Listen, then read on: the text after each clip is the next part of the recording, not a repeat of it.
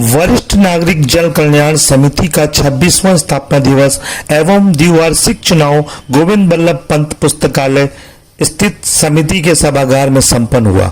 द्विवार्षिक चुनाव में अधिकारी पीसी जोशी द्वारा समिति के वार्षिक चुनाव के लिए पदाधिकारियों के निर्विरोध निर्वाचन होने की घोषणा की, जिसमें भुवन भास्कर पांडे दूसरी बार अध्यक्ष बने, जबकि इनके अलावा उपाध्यक्ष पद में भगवती वेस्ट कोसा, अध्यक्ष पद में प्रताप सिंह जंतवाल को भी दूसरी बार अपनी सेवा देने का मौका मिला है।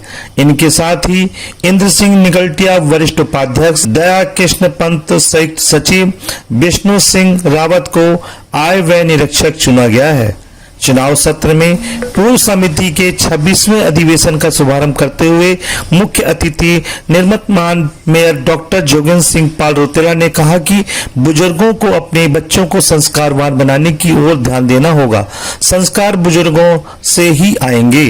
अधिवेशन की अध्यक्षता करते हुए भुवन भास्कर पांडे ने सभी उपस्थित सदस्यों का आभार व्यक्त किया। साथ ही उन्होंने पिछले कार्यकाल में किए गए कार्यों में निर्मतमान अधिकारियों के सहयोग के लिए दिल से आभार जताया। अधिवेशन में विशिष्ट अतिथि समिति के वरिष्ठ सदस्य रे एच फी जोसफ, व्यापारी नेता Naveen Chand Verma, Leeladhar Pande, Sardar Guruvachan Singh, C S Pande, NB Gunwant व मनोहर कुमार मिश्रा सहित आदि ने संबोधित किया।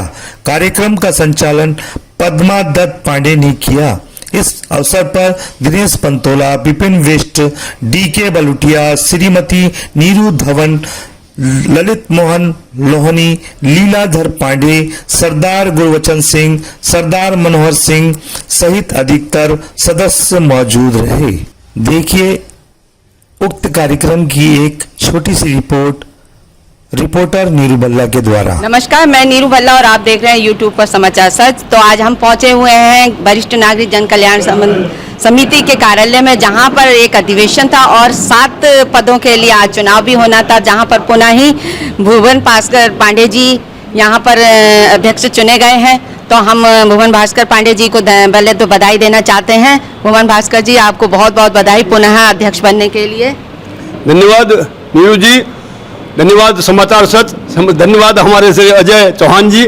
आप लोगों का हम बहुत आभारी हैं, आपने आके हमारे इस कार्यक्रम का एक शानदार कवरेज किया।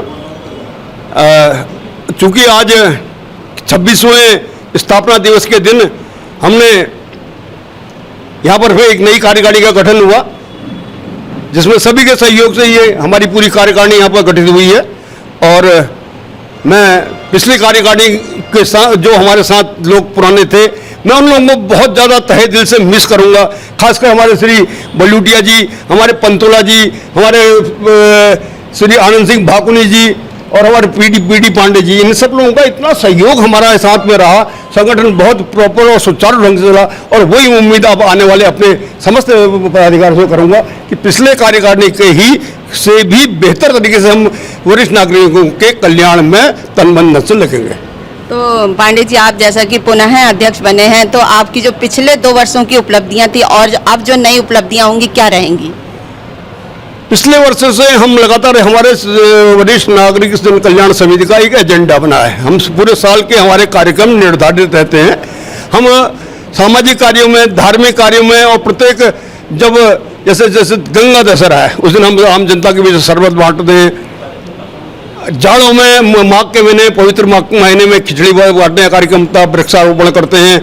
हमारे इधर हल्द्वानी इलाके के जो मेधावी छात्र हैं उनका हम अभिनंदन करते हैं, उनका उत्साह वर्धन करते हैं। इस तरह अनेक कार्यक्रम हम हमेशा सुचारू रूप से करते चले जाते हैं। और अन्य कोई संगठन जिस तरह के और सामाजिक संगठन द्वारा हमसे मदद मांगी जाती है तो हम उनमें पूरी सहयोग और सहभागिता करते हैं।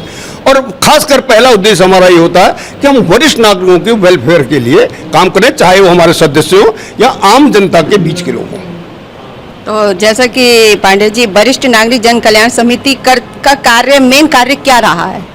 वरिष्ठ नागरिक जन कल्याण समिति का मुख्य कार्य जो है हमारे अपने वरिष्ठ नागरिक जो हमारे मेंबर हैं वो प्लस आम जनता के जो वरिष्ठ नागरिक हैं उनकी कभी भी किसी तरह से कोई सहायता करनी है, चाहे उनका आपका उनको एक आर्थिक सहायता करनी है, भौतिक सहायता करनी है, या अस्पताल में कहीं भर्ती हुआ करनी है, या कि लीगली कोर्ट के थ्रू कहीं या सरकारी विभागों में कहीं किसी का कोई भी काम अटका होता है तो उस काम को करने के लिए हम हमेशा तत्पर रहते हैं और प्रयास करते हैं हम उनकी पूरी मदद करें। तो धन्यवाद पांडे जी। तो हम पुनः एक बार फिर बधाई देते हैं नए पदाधिकारियों को। तो इसी तरह हमारे साथ आगे भी जुड़े रहिए। धन्यवाद।